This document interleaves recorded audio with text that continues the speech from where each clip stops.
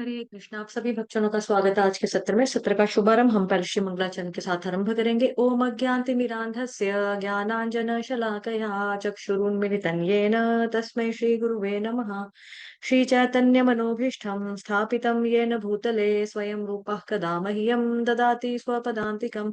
वन्देऽहं श्रीगुरुः श्रीयुतपदकमलं श्रीगुरुन् वैष्णवांश्च श्रीरूपं साग्रजातं सहगण रघुनाथान्वितं तं सजीवम् साद्वैतं सावधूतं परिजनसहितं कृष्ण चैतन्य देवं श्री राधा कृष्ण पादान सहगण ललिता श्री विशाखान्विताश्च नमः ओम विष्णुपादाय कृष्ण पृष्ठाय भूतले श्रीमत भक्ति वेदांत स्वामिन्निति नामिने नमस्ते सारस्वते देवे गौरवाणी प्रचारिणे निर्विशेष शून्यवादी पाश्चात्य देश तारिणे नमो महावदान्याय कृष्ण प्रेम प्रदायते कृष्णाय कृष्ण चैतन्य नामने गोत्रविषे नमः।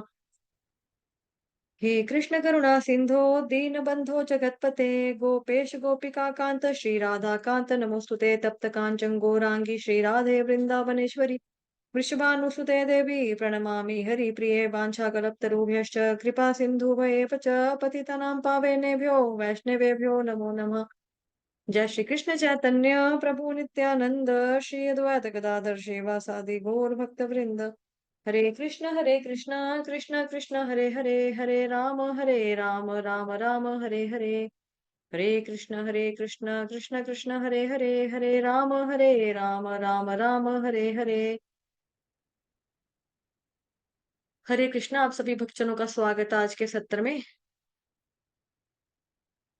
तो आज चौथा स्कंद, उसका जो शीर्षक है वो है महाराज अंगबेन और महाराज पृथु। तो श्रीमद् भागवतम महापुराण की कथा रूप की कक्षा है। इसमें कथा के रूप में हम स्टोरी फॉर्म में पढ़ रहे हैं। ओम नमो भगवते वासुदेवाय। ओम नमो भगवते वासुदेवाय। ओम नमो भगवते वासुदेवाय। महाराज अंगवेण तथा महाराज पृथु, चौथा स्कंद। जन्म से ही ध्रुव महाराज का पुत्र उत्कल मुक्त आत्मा था। समचित होने के कारण वह प्रत्येक वस्तु को भगवान में स्थित तथा भगवान को प्रत्येक वस्तु एवं प्राणी के हृदय में स्थित देखता था। संसारिक बंधनों से बचने के लिए उत्कल एक पागल, गूंगे, बहरे और अंधे व्यक्ति के समान ही रहता था। एक दृष्टि से वह उन भवकते हुए अंगारों के समान था जो भी राख से ढके हुए थे। उसके इस व्यवहार को देखते हुए घर के विशिष्ट सदस्यों तथा मंत्रियों ने उसे मूर्ख मानते हुए राज्य के अयोग्य मान लिया और उसके छोटे भाई बत्सर को राज सिंहासन सौंप दिया। ध्रुव महाराज की 5वीं पीढ़ी में चाक्षुष का जन्म हुआ जो छठे मनु बने। चाक्षुष ने 12 पुत्रों को जन्म दिया और उसमें से सबसे छोटे पुत्र उल्मुख ने 6 पुत्रों को जन्म दिया। उन 6 भाइयों में सबसे बड़े थे अंग। एक समय महाराज अंग ने अश्वमेध यज्ञ का आयोजन किया। यद्यपि उस यज्ञ में बहुत सारे पुरोहित पूर्ण योग्य थे और देवताओं का आह्वान करने में सक्षम थे, परंतु फिर भी यज्ञ में देवगण नहीं आए। उस समय पुरोहितों ने महाराज अंग से कहा, राजन, यद्यपि हम यज्ञ में उचित रीति से घी की आहुतियां हमने दे दी हैं, परंतु फिर भी इसे देवता स्वीकार नहीं करेंगे। हम जानते हैं कि आपने अत्यंत सावधानी पूर्वक सारी सामग्रियां एकत्रित की हैं और निश्चित ही हमारे मंत्रोच्चार में भी कोई खोट नहीं है। इसलिए हम निर्धारित नहीं कर पा रहे हैं कि देवता अपना यज्ञ भाग लाने में क्या संकोच कर रहे हैं, क्यों इतना संकोच कर रहे हैं। यह सुनकर महाराज अंग अत्यंत दुखी हो गए। ब्राह्मणों की अनुमति से उन्होंने पूछा, हे ब्राह्मणों, कृपया बताइए कि मैंने ऐसा कौन सा अपराध किया जिसके कारण देवता यज्ञ में अपना हिस्सा लेने के लिए यहाँ नहीं आ रहे हैं। प्रमुख पुजारी ने उत्तर दिया, राजन, आपका जीवन निष्पाप है। व्यवहार की बात तो दूर, आपने अपने मन से भी कभी कोई पाप नहीं किया है। यद्यपि आप पुत्र उत्पन्न करने में पूरी तरह से सक्षम है, परंतु पिछले जन्म में किए गए कुछ पापों के कारण आज आप निस्संतान है। यदि आप भगवान से पुत्र प्राप्ति हेतु प्रार्थना करें और इस उद्देश्य की पूर्ति हेतु एक विशेष यज्ञ करें, तो निश्चित ही आपकी इच्छा पूरी होगी। जब यज्ञेश्वर भगवान विष्णु अब आपको वरदान देने के लिए आपके यज्ञ में आएंगे, तो उनके साथ उनके सब सेवकों यानी कि देवताओं को भी अपना यज्ञ भाग लेने के लिए आना पड़ेगा। तत्पश्चात जब पुजारी ने यज्ञ में भगवान विष्णु का आहुति अर्पित की, विष्णु को आहुति अर्पित की, तो यज्ञ अग्नि से श्वेत वस्त्र पहने एक व्यक्ति प्रकट हुआ। उसके हाथ में खीर से भरा हुआ सोने का एक पात्र था। ब्राह्मणों की अनुमति से महाराज अंग ने सम्मान पूर्वक उस पात्र को स्वीकार किया। उस प्रसाद की सुगंध लेने के पश्चात राजा ने उसका हिस्सा एक हिस्सा अपनी पत्नी सुनीता को दिया। उस प्रसाद में पुत्र प्राप्त करने की शक्ति थी, जिसे खाकर रानी राजा के वीर्य से गर्भवती होगी। कुछ ही समय में रानी ने एक पुत्र को जन्म दिया। उसका नाम रखा गया वेन। चूंकि रानी मूर्तिमान मृत्यु की पुत्री थी, इसीलिए वेन को आंशिक रूप से अधर्म वंश का वंशज माना गया।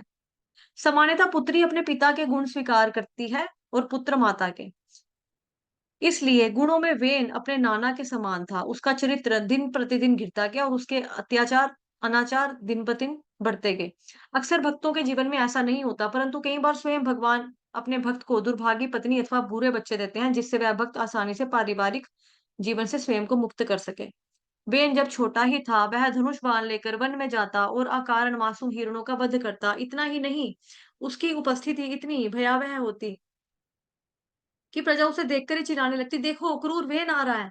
युवावस्था में वेन इतना द्वेषी था कि अपने मित्रों के साथ खेलते समय वह उनकी इस प्रकार हत्या कर देता, मानो वे बलि के पशु थे। महाराज अंग ने अनेक प्रकार से अपने पुत्र को दंड देने के प्रयास किए, परंतु फिर भी वे उसे धर्म और कर्तव्य के मार्ग पर लाने में अक्षम रहे। महाराज अंग सदैव वेन को लेकर संतप्त रहने लगे। वे सोचते थे, वास्तव में पुत्र विहीन लोग कितने भाग्यशाली होते हैं। निश्चित ही उन्होंने अपने पूर्व जन्म में भगवान को प्रसन्न किया होगा, जिसके परिणाम स्वरूप इस जीवन में उन्हें बुरे पुत्र से प्राप्त होने वाली असहनीय पीड़ाओं से गुजरना नहीं पड़ता। लेकिन एक दृष्टि से देखा जाए तो बुरा पुत्र अच्छे पुत्र से अच्छा है, श्रेष्ठ है। जिन लोगों के पुत्र अच्छे होते हैं, वे अक्सर अपने घर गृहस्थी से आसक्त हो जाते हैं, परंतु जिनके पुत्र बुरे होते हैं, वे अपने घर के प्रति आसक्त नहीं होते।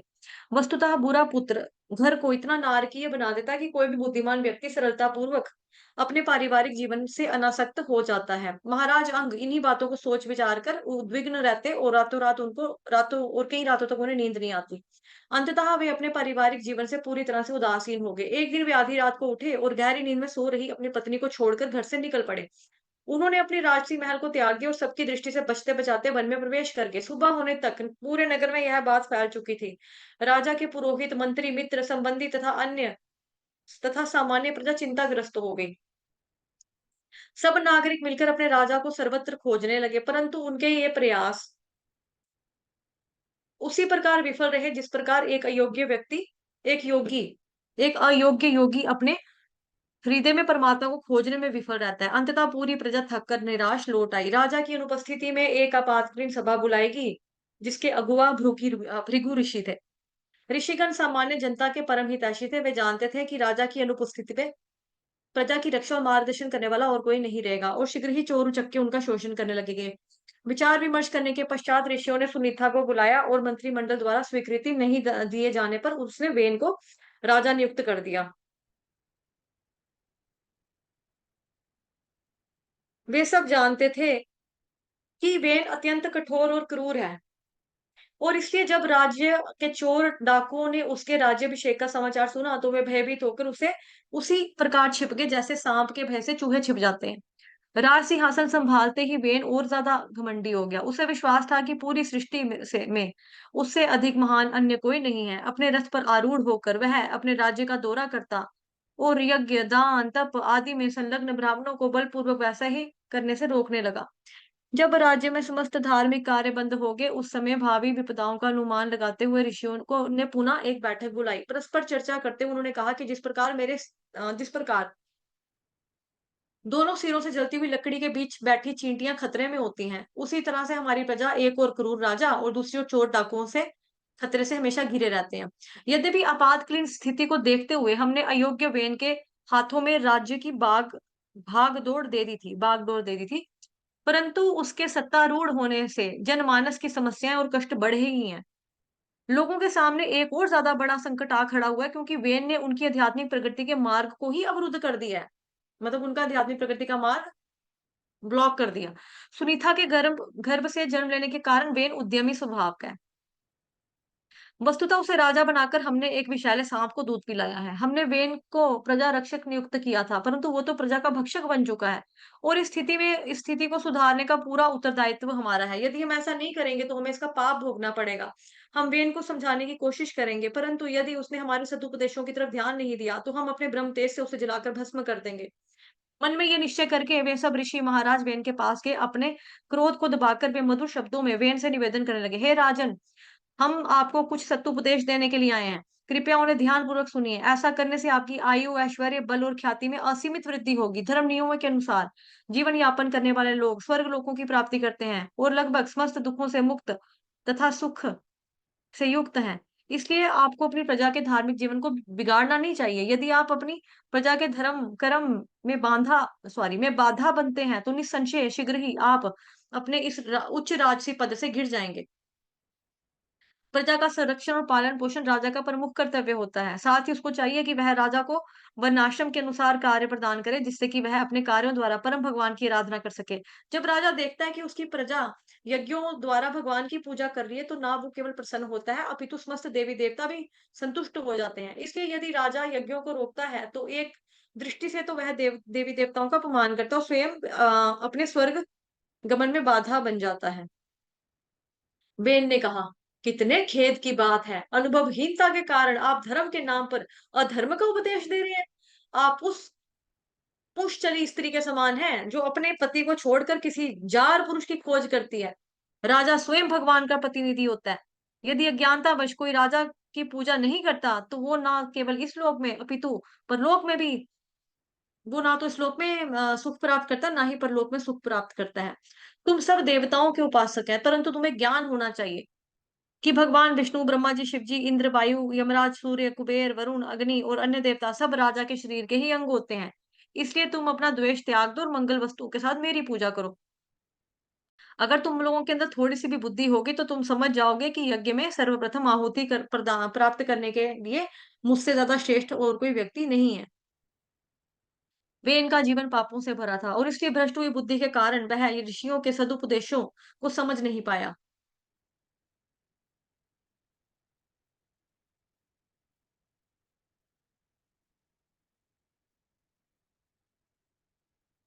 समझ नहीं पाया। वेन के अपमानजनक वचनों को सुनकर ऋषि का मन व्यथित हो उठा और अत्यंत कुपित होकर वे एक साथ बोलने लगे, इस दारुण पापी का वध कर दो। यदि यह जीवित रहा तो शीघ्र ही पूरे संसार को नष्ट कर देगा। इस निर्लज और धृष्ट का इतना साहस कि इसने भगवान विष्णु का अपमान किया। दुष्ट वेन के अतिरिक्त भला और कौन ऐसा कर सकता है? यह कहकर ब्राह्मणों ने मात्र हम शब्द का उच्चारण करके वेन का वध कर दिया, जो भगवान की निंदा करने के कारण पहले से ही मृतप्राय था। ऋषियों के जाने के बाद सुनीता अपने पुत्र की मृत्यु पर शोकातुर होगी। उसके शव को बचाए रखने के लिए उसने उसके शव के ऊपर औषधियों का लेप कर दिया और यथोचित मंत्रों से पाठ करवाया। कुछ समय पश्चात समस्त ऋषिगण सरस्वती नदी में स्नान करके आए एवं अपने नित्य नित्य क्रियाकर्मों से निवृत्त होकर पुनः एकत्र हुए, तो प्रजा की दयनीय और भयावह स्थिति पर चर्चा करने लगे। राजा के बिना समाज में चारों ओर उत्पात मचा हुआ था। उस समय ऋषियों ने आकाश में उड़ती हुई धूल के एक बड़े बादल को देखा, जो प्रजा को लूट कर ले जा रहे डाकुओं के भागने से उठा हुआ था। ऋषिगण समझ गए कि राजा वेन की मृत्यु के पश्चात समाज पर कितनी भारी विपदा टूट पड़ी है। ऋषियों ने हाल ही में अपने ब्रह्म तेज से राजा वेन का वध कर दिया था और उनके पास अब उठ खड़े हुए उन सब उत्पाती तत्वों का दमन करने की शक्ति भी थी। यद्यपि वे जानते थे कि यह कार्य ब्राह्मणों का नहीं है, परंतु साथ ही वे निस्सहाय नागरिकों के दुखों की उपेक्षा भी नहीं कर सकते थे, क्योंकि ऐसा करने पर वे अपनी शक्तियों को उसी प्रकार खो देते, जिस प्रकार खंडित घड़े में रखा पानी धीरे धीरे चू हो जाता है। वे ऋषि इस तथ्य से अवगत थे कि महाराज अंग के वंश में आए राजाओं का वीर्य अत्यंत शक्तिशाली होता है और उनसे उत्पन्न होने वाली संतान धर्मपरायण होती है। इस प्रकार अंग की वंश परंपरा को जारी रखने के लिए विचार से उन्होंने वेन के मृत शरीर को लिया और बलपूर्वक उसकी जंगाओं का मर्दन करने लगे। कुछ ही समय में वहां से एक बोना व्यक्ति प्रकट हुआ। उसका नाम था बाहुक। बाहुक का रंग कौवे के समान काला था। उसके अंग छोटे छोटे, बड़ा जबड़ा, लाल आंखें, तांबे जैसा रंग, बाल तांबे के रंग जैसे बाल थे। जन्म लेते ही बाहुक ने निम्रता पूर्वक ऋषियों को प्रणाम किया और कहा, हे ऋषियों, मेरे लिए क्या आज्ञा है? ऋषियों ने उत्तर दिया, बैठ जाओ निशीद। और इस प्रकार बाहुक को एक नाम हुआ, निषाद। इसी से आगे चलकर निषाद जाति आरंभ हुई। जन्म लेते ही निषाद ने महाराज वेन के पाप फलों को अपने ऊपर ले लिया। इसलिए निषाद जाति के लोग चोरी, शिकार आदि पाप कार्यों में कार आदि पाप कार्यों से आसक्त होते हैं और फलस्वरूप उन्हें पर्वतों और जंगलों में ही रहने की अनुमति है। अब वेन का शरीर पवित्र हो चुका था। ऋषियों ने उसकी भुजाओं का मर्दन आरंभ किया और और इससे उससे एक पुरुष और स्त्री उत्पन्न हुए। अत्यंत प्रसन्नता पूर्वक ऋषियों ने घोषणा की, यह पुरुष भगवान विष्णु का शाक्तावेश अवतार पृथु है और यह स्त्री श्रीमती लक्ष्मी देवी का विस्तार अर्ची है। पृथु महाराज राजाओं में शिरोमणि होंगे और भविष्य में अर्ची पति रूप में उनका वर्ण करेगी। उपस्थित ब्राह्मण महाराज पृथु की प्रशंसा और गंधर्वगण उनका महिमा गान करने लगे। सिद्धगण आकाश से पुष्प वर्षा करने लगे और अप्सराएं हर्षित होकर नाचने लग गई। उच्च लोकों से देवगण, पितृ और ऋषि मुनि पृथ्वी पर उतर आए और शंख, बिगलों, नगाड़ों की ध्वनि से आकाश गुंजायमान हो उठा। जब ब्रह्मा जी ने पृथु महाराज की दाहिनी हथेली पर भगवान विष्णु की रेखा और उनके चरणों के तलवों पर कमल पुष्प के चिन्ह देखे तो वो समझ गए कि पृथु महाराज भगवान के अंश अवतार हैं। ब्राह्मणों ने पृथु महाराज के राज्याभिषेक की सारी तैयारी आरंभ कर दी। विभिन्न नदियां, समुद्र, पर्वत, सर्प, गायें, पक्षी, पशु, स्वर्ग और पृथ्वी तथा अत्यंत समस्त प्राणी अपनी क्षमता के अनुसार उपहार लाकर राजा को भेंट देने लगे। कुबेर ने पृथु महाराज को स्वर्णिम सिंहासन भेंट किया।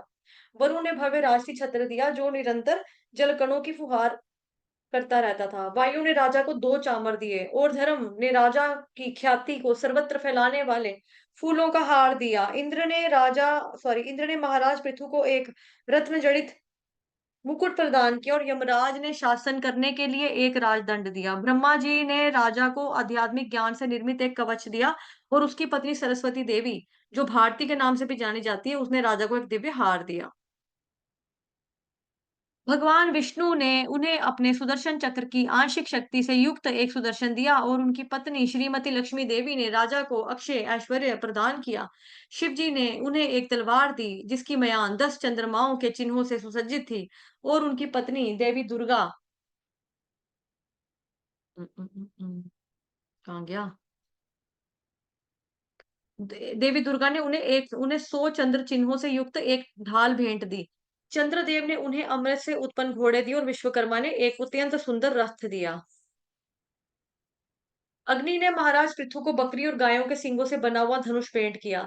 सूर्य ने उन्हें सूर्य प्रकाश के समान तेजस्वी बाण दिए। भूलोक के मूर्तिमंत देव ने उन्हें योग शक्तियों से युक्त खड़ाऊं भेंट की। अन्य देवताओं ने राजा को संगीत, गायन और अभिनय की कला प्रदान की।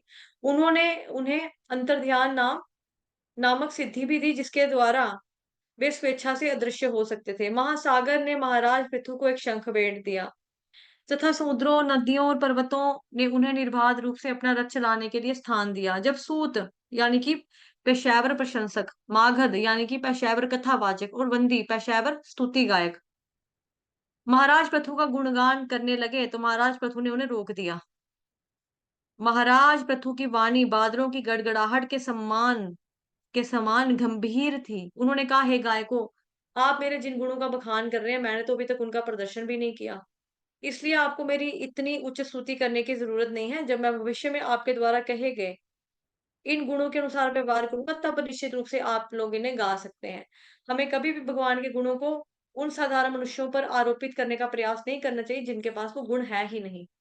कोई भी बुद्धिमान व्यक्ति अपने अनुयायियों को उसके ऐसे गुणों का बखान करने की अनुमति कैसे दे सकता है जिन्हें उसने अभी तक विकसित ही नहीं किया है। यदि कोई व्यक्ति किसी दूसरे की प्रशंसा में कहे, यदि आप थोड़े शिक्षित हैं होते तो निश्चित ही बहुत बड़े विद्वान बन जाते, तो ये शब्द कपट से भरे हुए हैं।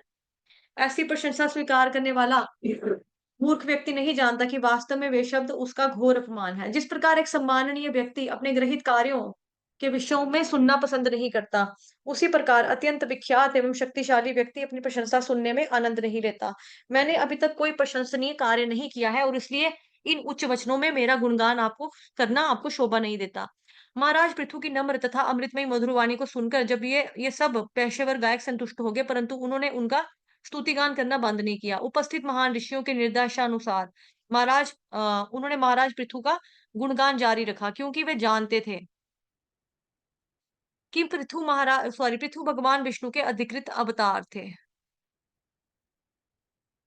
महाराज पृथु के भावी कार्यों का वर्णन करते हुए उन गायकों ने कहा, हे राजन, आप भगवान विष्णु के शक्तावेश अवतार हैं।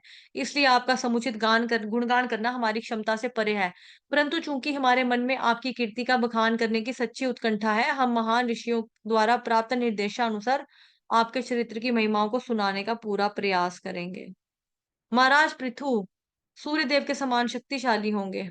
जिस प्रकार सूर्यदेव प्रत्येक व्यक्ति को अपना प्रकाश प्रदान करते हैं, महाराज पृथु उसी प्रकार समान रूप से प्रत्येक व्यक्ति पर अपनी कृपा बरसाएंगे। एक मिनट। अपनी कृपा बरसाएंगे।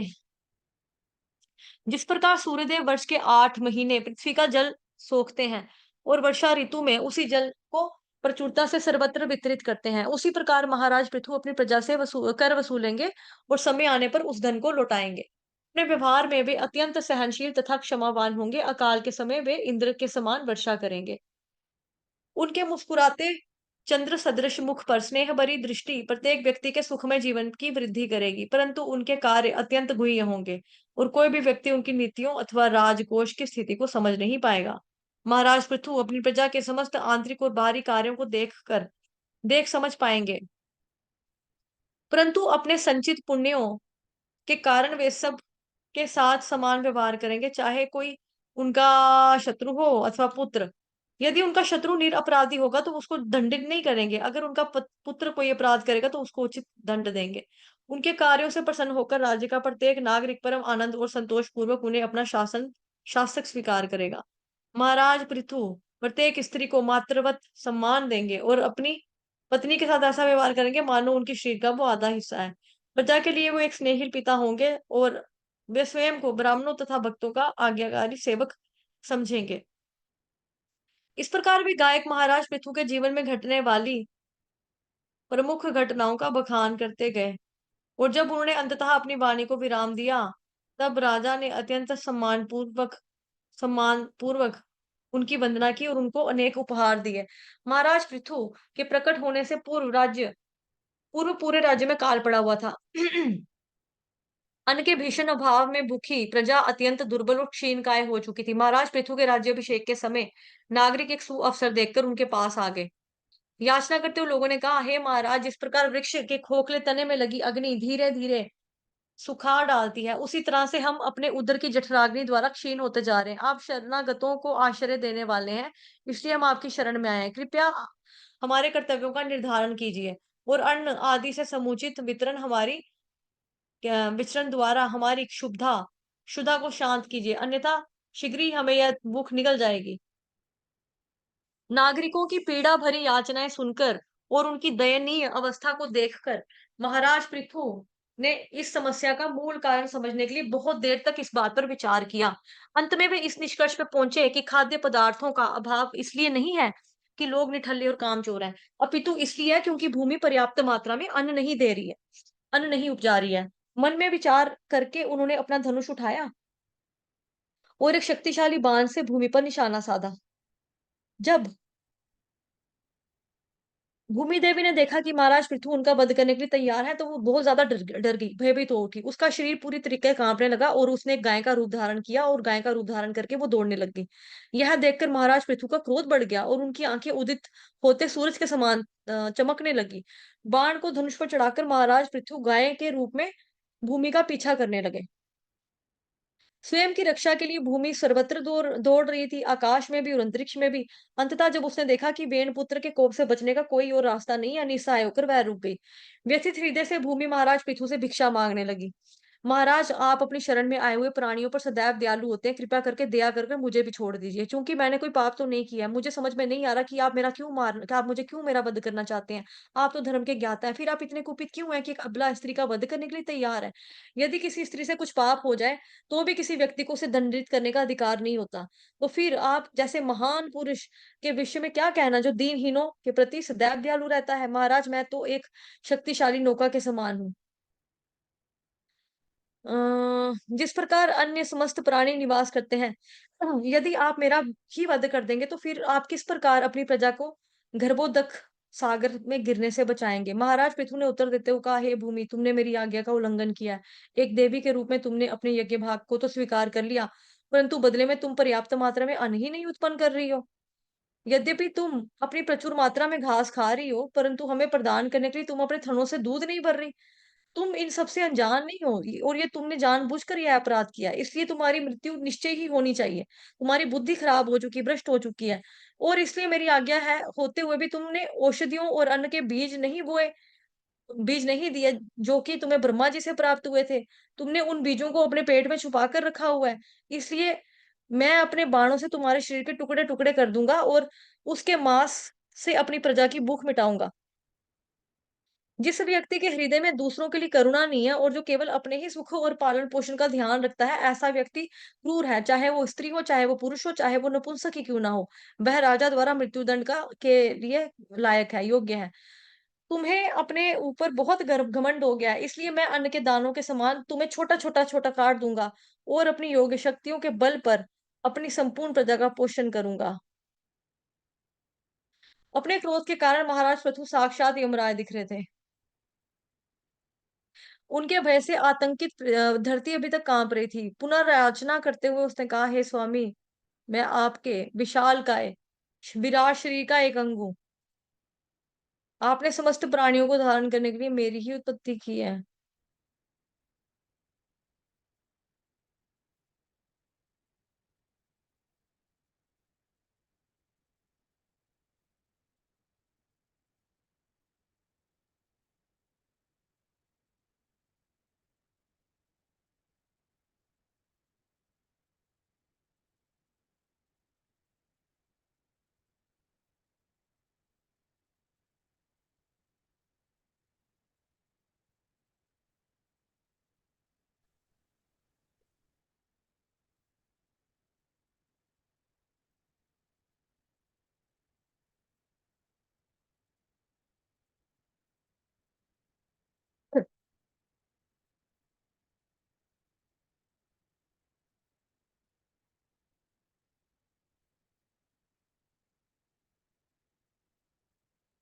समस्त प्राणियों को धारण करके मेरी उत्पत्ति की है, परंतु अब आप स्वयं मेरा वध करना चाहते हैं। इसे देखकर मैं तो बहुत दुविधा में हूँ। कुछ समय पूर्व आपने वराह अवतार लिया था, और गर्भों तक सागर की गहराइयों से मुझे उबार कर मेरी रक्षा की थी। उस साहसी कार्य से आपको धनाधर नाम प्राप्त हुआ था, परंतु अब आपने अपने तीक्ष्ण बाणों से मेरा वध करना चाहते हैं, और इसलिए आपके इस कार्य को देखकर मैं तो बहुत भ्रमित हूँ। धरती की प्रार्थनाएं सुनकर महाराज पृथु का क्रोध शांत नहीं हुआ। क्रोधावश में उनके होंठ अभी भी कांप रहे थे। एक मिनट, इसका ना बैटरी थोड़ा खत्म हुई थी वो।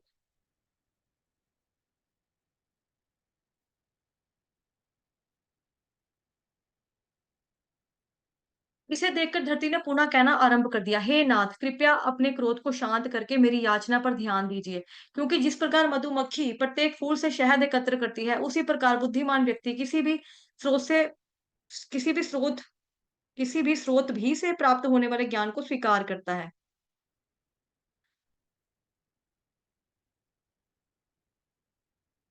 महाराज, ब्रह्मा जी द्वारा निर्मित बीज, कंदमूल, औषधियां, अन्न आदि का उपयोग अधर्मियों द्वारा हो रहा था।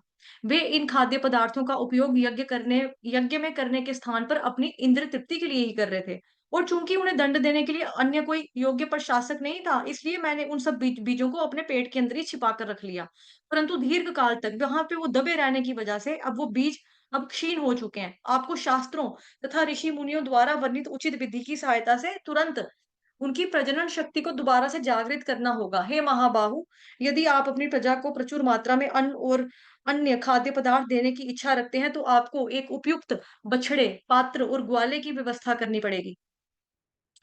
अपने बछड़े के प्रति उमड़ते स्नेह के कारण मैं जीवन की समस्त आवश्यकताओं की पूर्ति करूंगी। फिर आप जितना चाहे उतना ले सकते हैं। इतना ही नहीं, यदि आप मेरी सतह को समतल बना देंगे, तो उससे मैदानी भागों में अधिक जल ठहर पाएगा, और कम वर्षा होने पर भी मैं अधिक अन्न उपजा सकूंगी।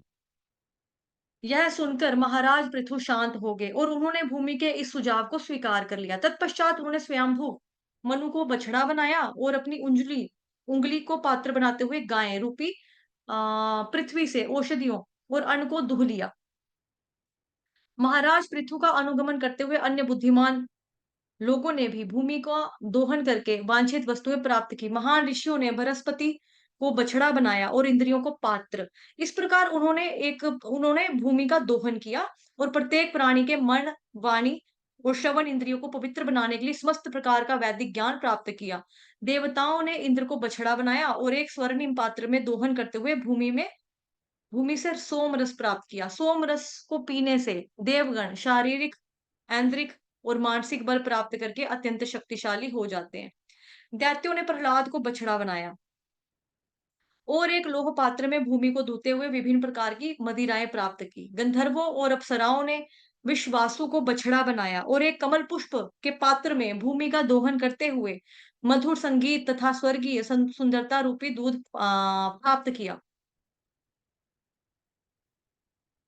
पितृलोक के निवासियों ने अरेमा को बछड़ा बनाया और एक अन्न पके मिट्टी के पात्र में, मतलब कच्ची मिट्टी के पात्र में भूमि से कव्य प्राप्त किया जो पितरों का भोजन होता है। तत्पश्चात सिद्धों और विद्याधरों ने महान ऋषि कपिल को बछड़ा बनाया और भूमि के दोहन द्वारा योग सिद्धियां प्राप्त की।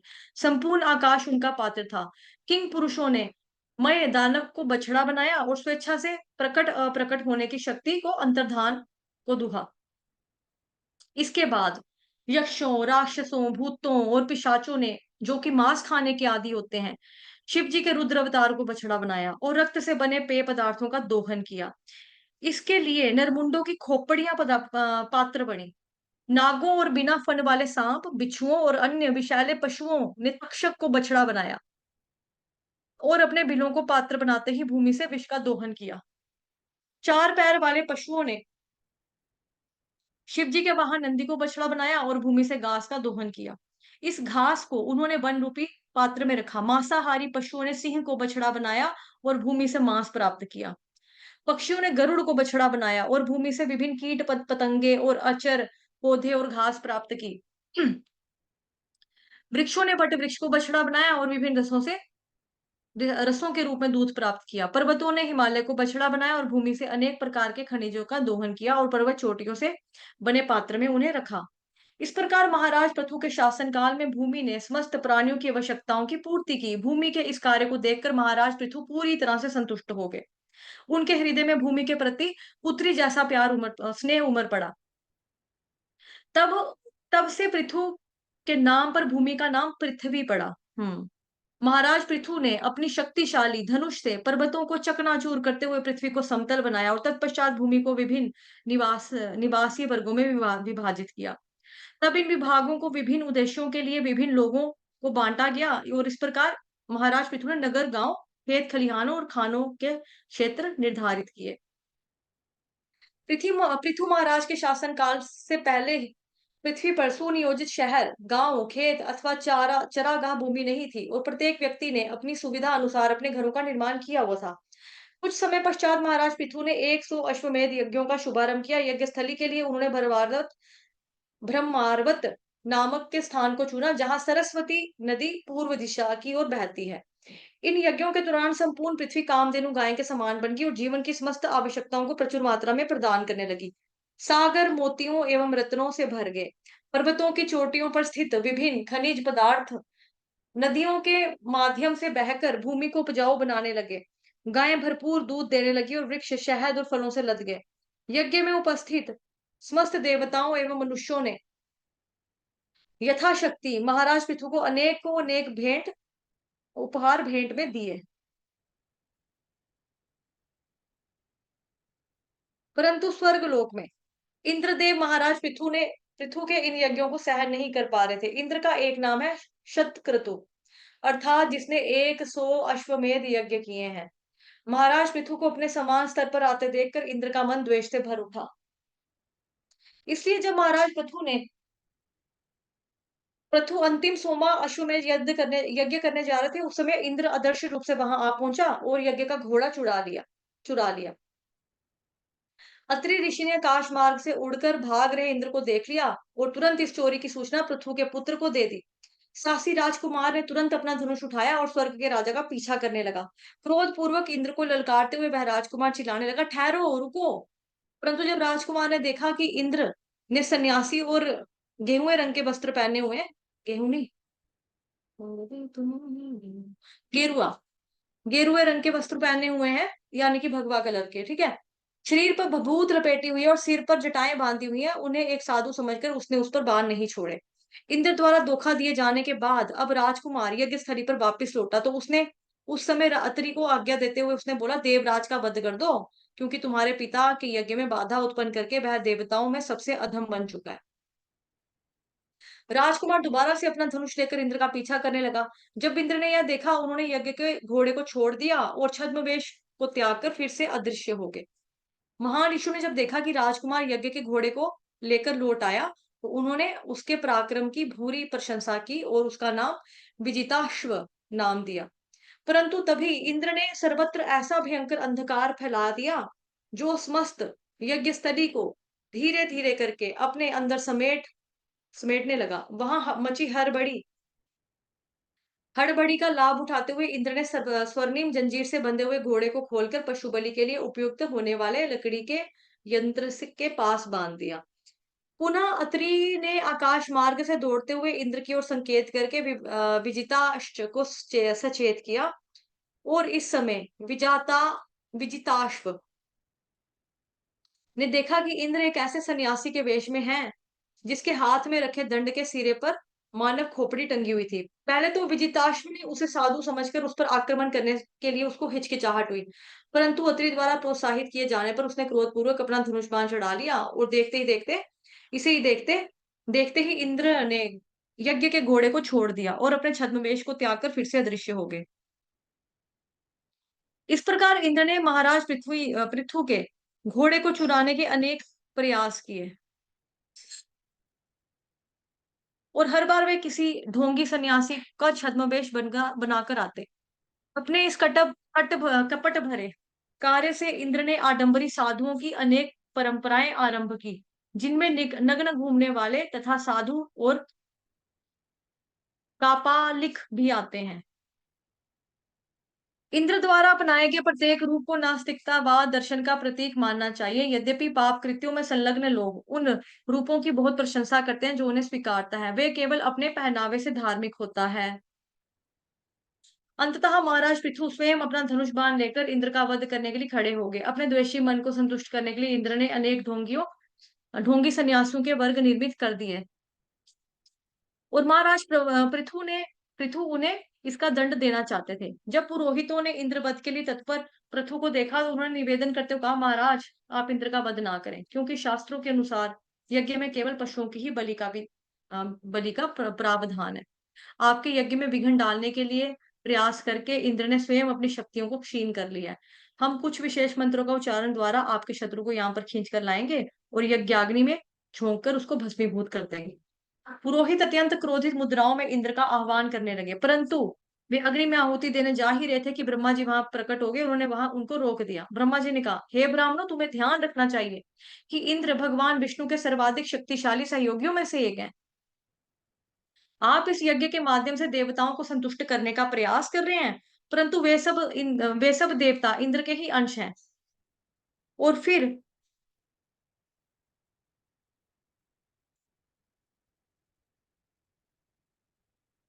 फिर तुम देवराज इंद्र की हत्या का विचार भी कैसे कर सकते हो? महाराज पृथु के यज्ञ में विघ्न डालने के अपने प्रयासों में इंद्र ने अनेक ढोंगी सन्यासियों के वर्गों को उत्पन्न कर दिया है। भविष्य में वे सब धर्म के सच्चे पथ का खंडन करेंगे। जितना तुम इंद्र का विरोध करोगे, उतना अधिक वह अपनी शक्तियों का दुरुपयोग करके इन ढोंगियों की संख्या को बढ़ाता जाएगा। इसलिए हे विप्रो, मेरा यही निवेदन है कि महाराज पृथु के इस सौम्य यज्ञ को यहीं पे रोक दो और उन्हें 99 में ही संतुष्ट रहने दो।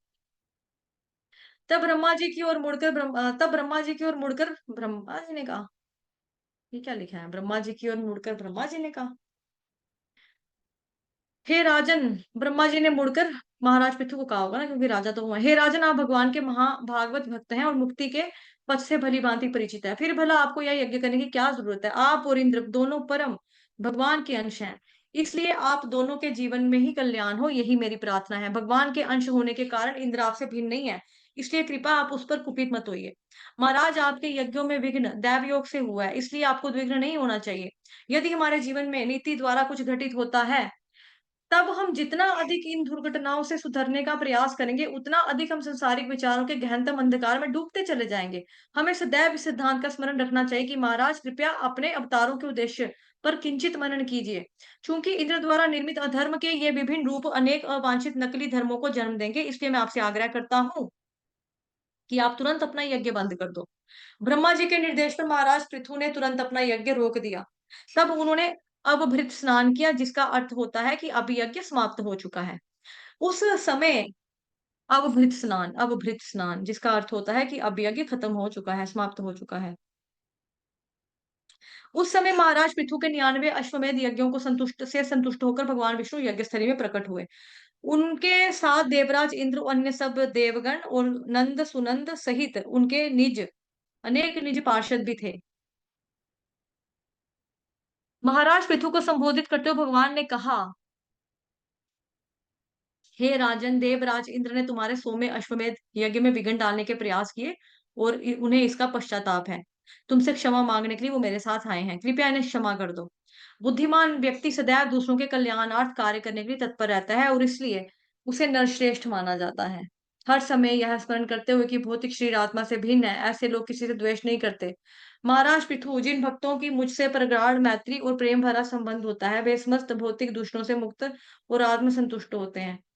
अपने पूर्ण ज्ञान और समदृष्टि के कारण ऐसा भक्त कभी भी भौतिक सुख और दुखों से उद्विग्न नहीं होता। इसलिए सदैव समचित्त रहो और राजा के अपने कर्तव्यों का निर्वाह करते हुए सबके साथ समान व्यवहार करो। यदि आप महान आचार्यों की शिक्षाओं के आधार पर अपनी प्रजा को संरक्षण दोगे, तो वे तुमसे अत्यंत प्रसन्न रहेंगे और निर्बंध तुमसे प्रेम करेंगे।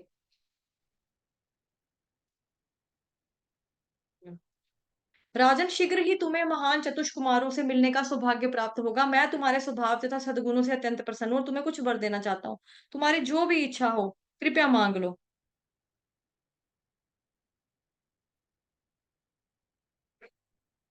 महाराज पृथु और भगवान विष्णु के वार्तालाप के दौरान इंद्रदेव वहीं पर प्रकट हुए। वहीं पर सॉरी इंद्रदेव वहीं निकट ही खड़े हुए थे।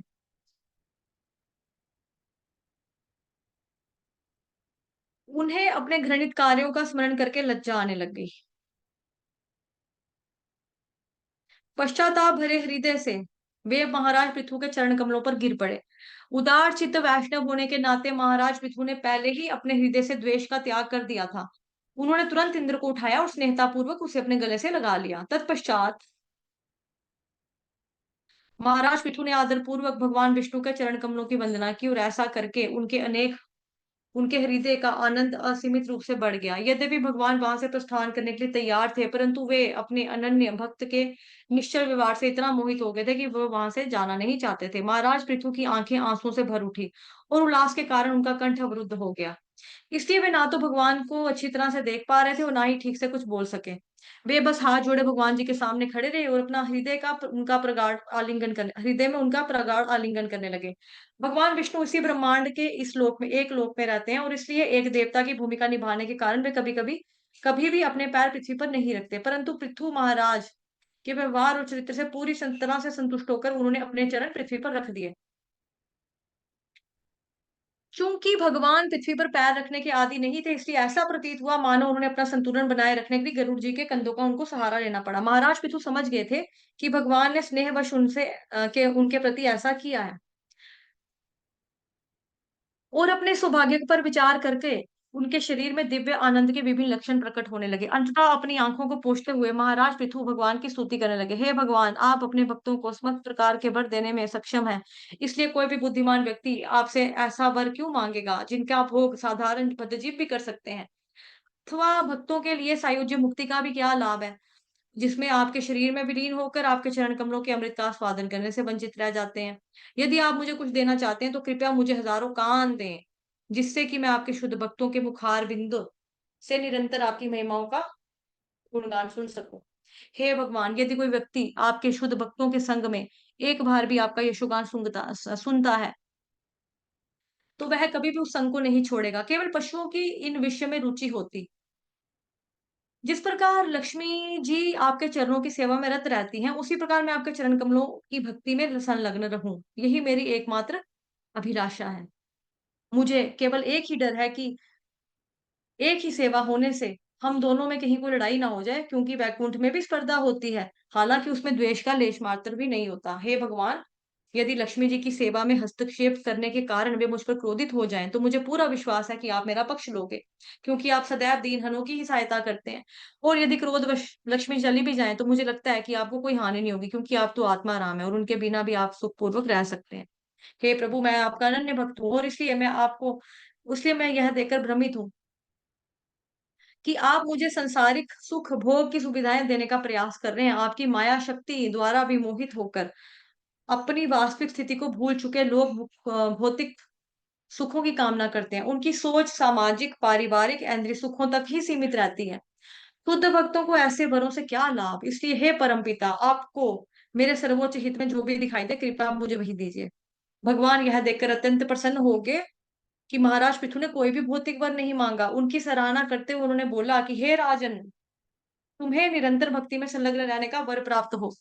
केवल इस शुद्ध बुद्धि द्वारा ही व्यक्ति दुर्गम माया को पार कर सकता है। तुम अत्यंत सावधानी पूर्वक मेरे आदेशों का पालन करो, क्योंकि जो व्यक्ति श्रद्धा पूर्वक मेरे निर्देशों का पालन करता है, वह जीवन की प्रत्येक परिस्थिति में सौभाग्य प्राप्त करता है।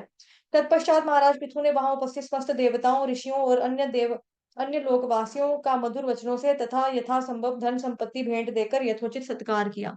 महाराज पृथु ने एक बार पुनः भगवान विष्णु का ससम्मान पूजा की, और तब भगवान ने अपने धाम की ओर प्रस्थान किया। भगवान की उपस्थिति से वहां विद्यमान प्रत्येक व्यक्ति का हृदय मंत्र मुग्ध हो गया, विशेष रूप से राजा और पुरोहितों का। भगवान के जाने के बाद महाराज पृथु ने उन्हें प्रणाम किया और अपनी राजधानी में वापस लौट आए। राजा के सम्मान में पूरी राजधानी भव्य रूप से सजी धजी थी। सर्वत्र चंदन और अगरू मिश्रित जल का छिड़काव किया गया, और पूरे नगर को फलों, फूलों, भिगोए अन्न, खनिजों तथा द्वीपों से सजाया गया था। हर चौराहे पर केले के वृक्षों तथा सुपारी की टहनियों से खंबे बनाकर रखे गए थे। राजा के नगर द्वार में प्रवेश करते ही प्रजा ने अनेक शुभ वस्तुओं जैसे फूल, दीपक, दही से उनका स्वागत किया। भव्य आभूषणों से सजी उनकी सुंदर कुंवारी कन्याओं का भी अभिवादन किया। जैसे ही महाराज पथु ने राजमहल में प्रवेश किया, शंख और नगाड़े बजने लग गए। पेशेवर गायकों ने स्तुति गान आरंभ कर दिया, और पुरोहित वैदिक मंत्रों का भी उच्चारण करने लगे। राज्य के विशेष तथा सम्मान्य दोनों प्रकार के नागरिकों ने राजा का स्वागत किया, और उत्तर में राजा ने उनकी इच्छा अनुसार उन्हें उपहार प्रदान किए। परंतु इतना भव्य स्वागत होने पर भी महाराज पृथु लेश मात्र भी गर्वित नहीं हुए। इस प्रकार उन्होंने समचित्तता से 7 महाद्वीपों वाली इस पृथ्वी, एक सेकंड होल्ड करना, 2 मिनट के लिए कोई रीड करो इधर से। मैं कुछ बुक में चीज देख रही हूँ, मुझे लग रहा है कुछ है। थोड़ा सा, एक सेकंड। चलो रहने दो, बाद में देखते हैं।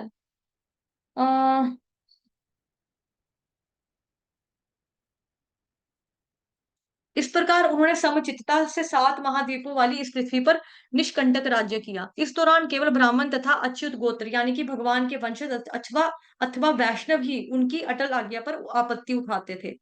महाराज पृथु गंगा और यमुना नदी के मध्य भाग में निवास करते थे। उनके अतुल ऐश्वर्य को देखकर प्रतीत हो रहा था कि मानो वे अपने पूर्व जन्मों के पुण्य फलों को नष्ट करने के लिए अपने नियत सौभाग्य का भोग कर रहे थे।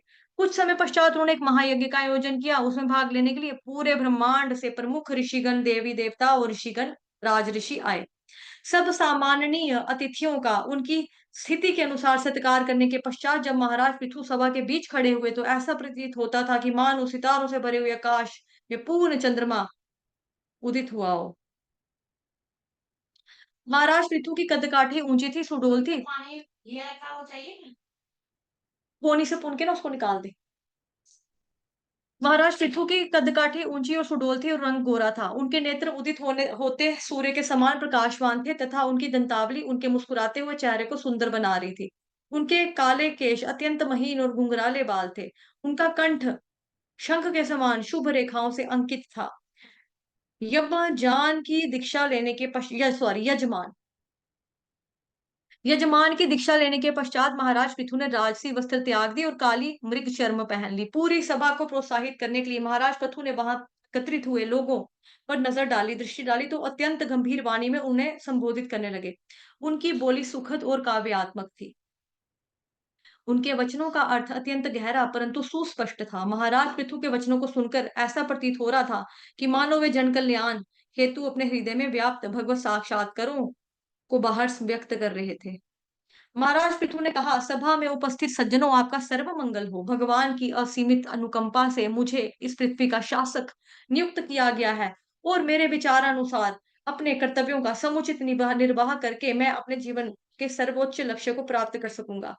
जो राजा अपनी प्रजा को वर्णाश्रम धर्म के अनुसार कार्यों में नियुक्त नहीं करता है, वो केवल कर वसूल करता है, उसे अपने पाप कर्मों का दंड भोगने के लिए बाध्य रहना पड़ता है, होना पड़ता है। इसलिए प्रिय नागरिकों, कृपया अपने हृदय में भगवान का स्मरण करते हुए तुम सब अब अपने कर्तव्यों का भली भांति निर्वाह करो। ऐसा करने से तुम अपने राजा का न केवल इस जीवन में अपितु मृत्यु के पश्चात भी हित करोगे। कृपया मेरा यह प्रस्ताव स्वीकार करो, क्योंकि मृत्यु के पश्चात किसी भी कार्य का फल उसके कर्ता, निर्देशक और सहायक तीनों को बराबर का भोगना पड़ता है।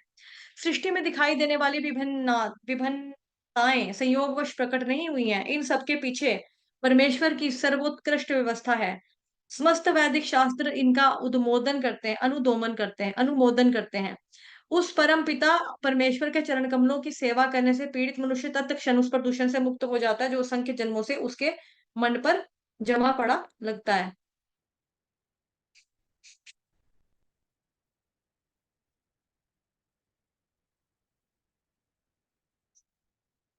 प्रिय नागरिकों, आप सबको मन, वचनों, शरीर तथा अपने कर्म फलों द्वारा उत्साह पूर्वक भगवान की भक्ति में संलग्न होना चाहिए। यह जान लो कि भगवान विशेष रूप से उन भक्तों से प्रसन्न होते हैं जो निर्बंध रूप से ब्राह्मणों और वैष्णवों के चरण चिन्हों का अनुगमन करते हुए उनकी सेवा करते हैं।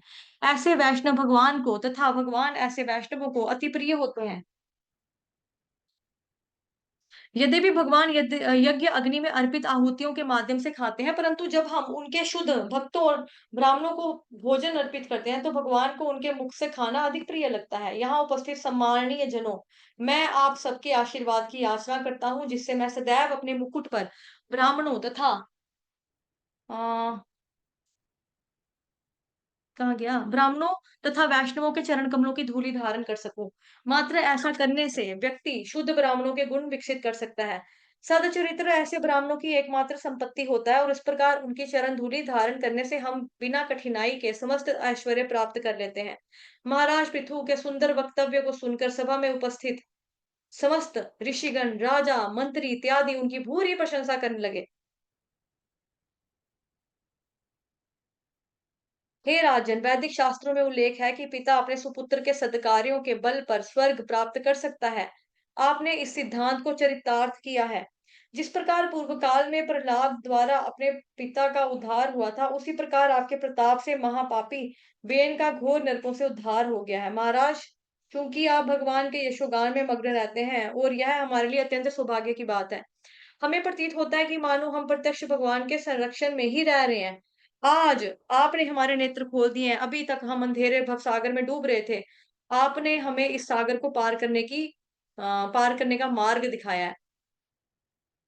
जब एकत्रित लोग महाराज पृथु की स्तुति कर रहे थे, उनका गुणगान कर रहे थे, उसी समय चतुष कुमारों का आगमन हुआ। वे चारों सूरज के समान प्रकाशवान थे।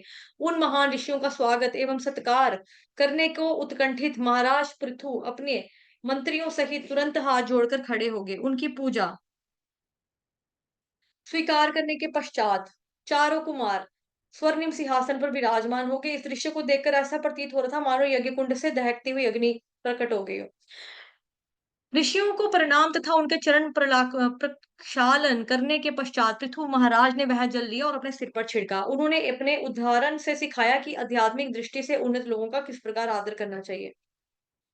तब अत्यंत नम्रता और सम्मान पूर्वक उन्होंने कहा, हे ऋषि वरो, महान योगियों के लिए भी आपके दर्शन दुर्लभ हैं। इसलिए मालूम नहीं कि मैंने पूर्व जन्म में कौन से पुण्य किए थे, जिसके फल स्वरूप मुझे आज आपके दर्शनों का सौभाग्य प्राप्त हुआ है। जो मनुष्य आप जैसे महान ब्राह्मणों और वैष्णवों का सम्मान करता है, उसके लिए तो इस लोक तथा परलोक दोनों में ही कोई कार्य दुस्साध्य नहीं रहता।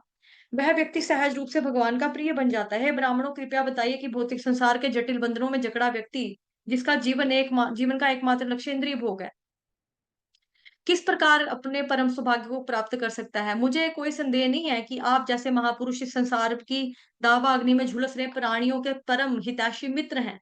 इसलिए मैं यह विधि जानना चाहता हूँ जिससे पीड़ित जीव अतिशीघ्र अपने जीवन के सर्वोच्च ध्येय को प्राप्त कर सके। महाराज पृथु के सार्थक और सदुपयुक्त वचनों को सुनकर सनत कुमार संतुष्ट हो गए। उन्होंने उत्तर दिया, हे राजन, आप ने अत्यंत सुंदर प्रश्न पूछे हैं, क्योंकि ऐसे प्रश्न जन मानस के कल्याणार्थ होते हैं। यद्यपि आपको इन सब विषयों का समुचित ज्ञान है, फिर भी साधु प्रवृत्ति होने के कारण आप इसकी जिज्ञासा कर रहे हैं।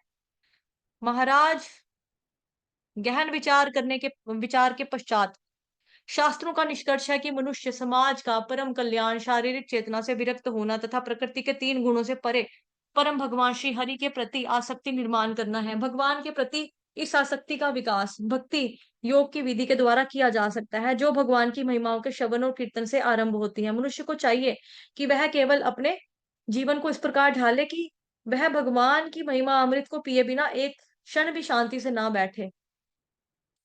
केवल इस प्रकार वह भौतिक इंद्रिय भोग के प्रति अपनी गहरी जमी इच्छाओं से नीरस हो सकता है।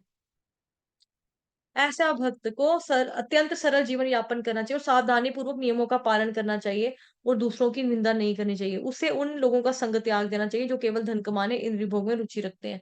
क्योंकि जब किसी व्यक्ति का मन और इंद्रियां भोग कामना से भौतिक वस्तुओं को आकर्षित हो जाती है, तो उनका मन अशांत और व्याकुल हो जाता है। परिणाम स्वरूप उसकी वास्तविक चेतना आच्छादित होकर उसी प्रकार नष्ट हो जाती है, जिस प्रकार किसी सरोवर के तट पर उगी लंबी घास धीरे-धीरे उस सरोवर के पानी को चूस लेती है। हमारे मन में यह विचार कि अमुक कार्य आत्म साक्षात्कार से अधिक महत्वपूर्ण है, हमारे सच्चे स्वार्थ के मार्ग में सबसे कठिन बाधा है। जब व्यक्ति आध्यात्मिक ज्ञान से पूरी तरह विहीन हो जाता है, तो धीरे-धीरे वह वृक्षों और पत्थरों के स्तर तक गिर जाता है।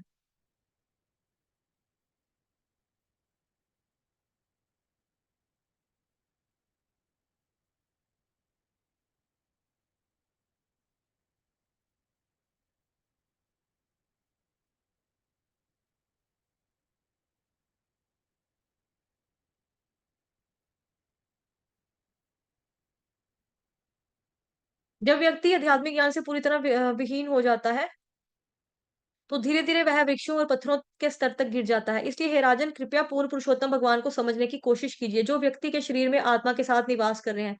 प्रत्येक व्यक्ति को इन्हीं भगवान की शरणागति स्वीकार करनी चाहिए। इस प्रकार ब्रह्मा जी के पुत्र सनत कुमार द्वारा ज्ञान के प्रकाश से आलोकित होकर महाराज पृथु ने कहा, हे ब्राह्मण देव, भगवान विष्णु ने मुझे पहले ही आपके आगमन की जानकारी दे दी थी। आज आप उनकी पुष्टि करने के लिए यहाँ उपस्थित हुए हैं। चूंकि यह मेरा धर्म है कि मैं आपको कुछ भेंट दूं, मैं आपको अपना जीवन, परिजन, राजमहल, धन संपत्ति और यहाँ तक कि अपना संपूर्ण राज्य और राजकोष अर्पित करता हूँ।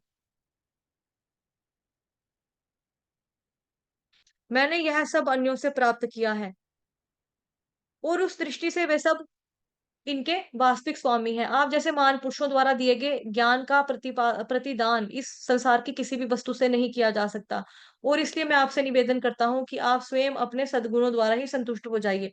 महाराज पृथु के आदर सत्कार से चारों कुमार अति संतुष्ट थे। सबके सम्मुख राजा के चरित्र का गुणगान करते हुए उन्होंने आनंद पूर्वक आकाश मार्ग द्वारा वहां से प्रस्थान किया। चतुष कुमारों के जाने के बाद महाराज पृथु एकमात्र भगवान की प्रसन्नता हेतु अपने राज्य पर शासन करने लगे। उन्होंने अपनी पत्नी अर्ची के गर्भ से 5 पुत्रों को जन्म दिया, जिनके नाम थे विजिताश्व, धूम्रकेश, हर्यक्ष, द्रविण और वृक। एक और महाराज पृथु इंद्रदेव के समान बलवान थे और दूसरी ओर पृथ्वी के समान सहनशील भी थे।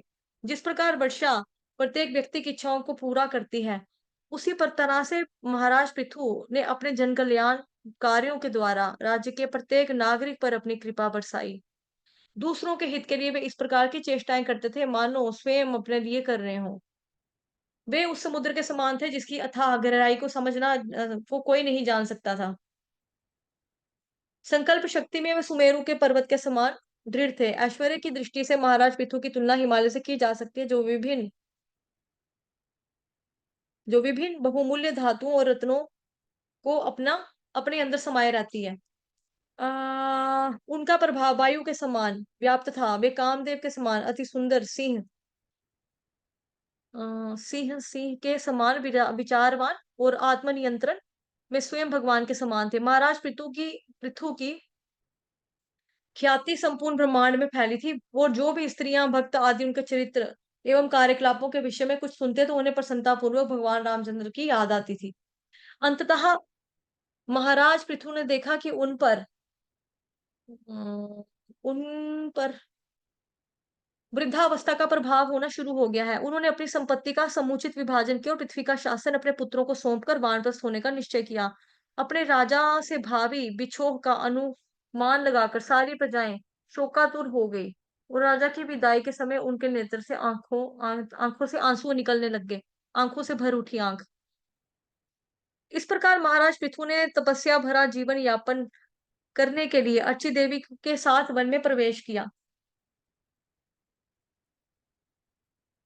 वनवास करते हुए महाराज पृथु कई बार कंदमूल खाते और कई बार फल अथवा सूखी पत्तियां खाते। कई बार अनेक सप्ताह तक वे केवल पानी पीकर अपना निर्वाह करते और अंत में वे केवल वायु पर ही जीवित रहने लगे। ग्रीष्म ऋतु में वे तपते हुए सूरज के नीचे अपने चारों ओर अग्नि प्रज्वलित करके बैठ जाते। वर्षा ऋतु में वह वातावरण के कठोर थपेड़ों को सहन करते और शीत ऋतु में गले तक पानी में खड़े होकर तपस्या करते। रात्रि समय वे बिना कुछ बिछाए भूमि पर शयन करते। इस दौरान उन्होंने पूरी तरह से ब्रह्मचार्य का पालन किया और इंद्रियां तथा प्राणवायुओं को नियंत्रित करने वाली तपस्याएं की। चूंकि वह सतयुग था, इसलिए महाराज पृथु ने भक्ति योग का निरूपण करने के लिए अष्टांग योगी पद्धति का पालन किया। फलस्वरूप उनके हृदय में भगवान के प्रति अविचल प्रेम विकसित हो गया। सतत भगवान के चरण कमलों का स्मरण करते हुए महाराज पृथु भौतिक शरीर एवं उनसे संबंधित वस्तुओं से पूरी तरह से विरक्त हो गए और इस प्रकार उन्होंने स्वयं को मिथ्या अहंकार की ग्रंथियों से मुक्त किया। उस समय वे स्पष्ट रूप से अपने हृदय में विराजमान परमात्मा का दर्शन करने लगे। चूंकि महाराज पृथु ने उस स्तर को प्राप्त कर लिया था जहां वे प्रत्यक्ष भगवान से दिशा निर्देश प्राप्त कर सकते थे, उन्होंने योग की इस बाहरी विधि को त्याग दिया। अंततः उन्होंने स्वाभाविक मृत्यु की प्रतीक्षा किए बिना स्वेच्छा से शरीर त्यागने का निश्चय किया। वे योग की एक विशिष्ट मुद्रा में बैठकर अपने टखनों से अपने गुदा द्वार को अवरुद्ध कर लिया। उन्होंने योग विषयक जो ज्ञान प्राप्त किया था उसके आधार पर वो प्राण वायु को धीरे धीरे तक नाभि तक लेकर आए, फिर दिल तक लेकर आए, फिर कंठ तक, फिर उसके बाद दोनों आईब्रोज के बीच में स्थित कर लिया। वहां से महाराज पृथु ने अपनी प्राण वायु को कपाल पर स्थित ब्रह्म रंध्र तक ले गए और अपने शरीर के पृथ्वी जल अग्नि आदि तत्वों को उन तत्वों के ब्रह्मांडी स्वरूपों में समाविष्ट करने लगे। यह प्रक्रिया विपरीत सृष्टि चक्र पर ध्यान करने से आरंभ होती है, अर्थात सर्वप्रथम स्थूलतम तत्व पृथ्वी को, फिर जल को आदि तथा अंत में सूक्ष्मतम मिथ्या अहंकार को समाविष्ट किया जाता है। महाराज पृथु ने इस विधि के द्वारा अपनी देह त्याग दी और वैकुंठ लोक से उन्हें लेने के लिए आए विमान पर वो आरूढ़ हो गए। यद्यपि महारानी अर्ची अत्यंत कोमल काया थी, फिर भी उन्होंने उन तपस्याओं में अपने पति का पूरा पूरा साथ दिया। वे कठोर वन्य जीवन का कोई भी पूर्व अनुभव नहीं था उसे, इसलिए नग्न भूमि पर सोने तथा केवल फल और फूल पत्तियां खाने से उसका शरीर अत्यंत दुर्बल और क्षीण काया हो गई। परंतु अपने पति की सेवा से प्राप्त होने वाला सुख के सामने उन्हें इन कष्टों और सुविधाओं का लेश मात्र भी अनुभव नहीं किया। महारानी अर्ची एक महापुरुष की पत्नी थी। जब उन्होंने देखा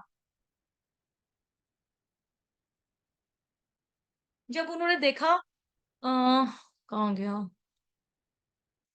कि उनके पति के शरीर में जीवन के कुछ चिन्ह दिखाई नहीं दे रहे हैं, तो उन्होंने कुछ समय के लिए शोक किया, परंतु फिर बिना समय गवाए उन्हें एक पहाड़ी पर उनकी चिता का निर्माण किया। दाह संस्कार करने के लिए अपने पति का शव उस पर रख दिया। तत्पश्चात महारानी अर्ची ने सारे आवश्यक अनुष्ठान किए और रीति रिवाज के अनुसार नदी में स्नान करते हुए जल तर्पण किया। अंत में देवताओं को प्रणाम करने के पश्चात उन्होंने महाराज पृथु के शरीर की प्रदक्षिणा की और अपने पति के चरण कमलों का चिंतन करते हुए स्वयं अग्नि में प्रविष्ट होगी।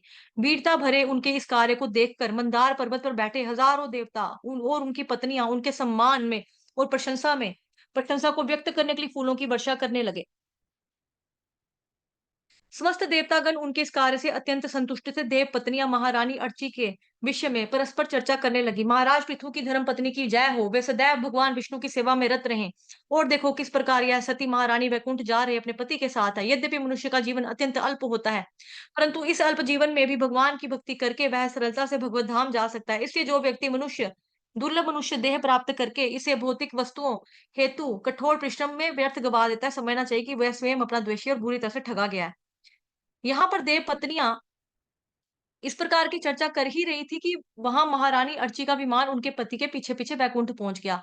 इस प्रसंग का उपसंहार करते हुए मैत्रेय मुनि ने कहा कि जो व्यक्ति महाराज पृथु के अद्भुत चरित्र को श्रद्धा और दृढ़ता पूर्वक पढ़ेगा, सुनेगा, वर्णन करेगा, वह महाराज पृथु के समान ही वैकुंठ लोकों को प्राप्त होगा। यदि कोई निस्संतान व्यक्ति आदरपूर्वक इस कथा को सुनता है, तो वह अनेक संतानों का पिता बनेगा और निर्धन व्यक्ति धनी बन जाएगा। इस प्रसंग को 3 बार सुनने वाला व्यक्ति समाज में ख्याति प्राप्त करेगा और अशिक्षित व्यक्ति महान विद्वान बन जाएगा। दूसरे शब्दों में महाराज पृथु के विषय में श्रवण करना इतना शुभकारी है कि यह समस्त दुर्भाग्य को विखंडित कर देता है। चाहे कोई व्यक्ति दिव्य स्तर पर स्थित भगवान का शुद्ध भक्त क्यों ना हो, यह उसका कर्तव्य है कि वह स्वयं महाराज पृथु के चरित्र और जीवन को सुने और अन्यों को भी सुनने के लिए प्रेरित करे। जो व्यक्ति नियमित रूप से इस महान इतिहास को पढ़ता है और भगवान के चरण कमलों के प्रति दृढ़ विश्वास और आकर्षण विकसित करता है। घोर अंधकार से भरे हुए भवसागर को पार करने के लिए वे चरण कमल ही एकमात्र नौका है। हरे कृष्ण, कृष्ण कृष्ण हरे हरे, हरे राम, राम राम, हरे हरे।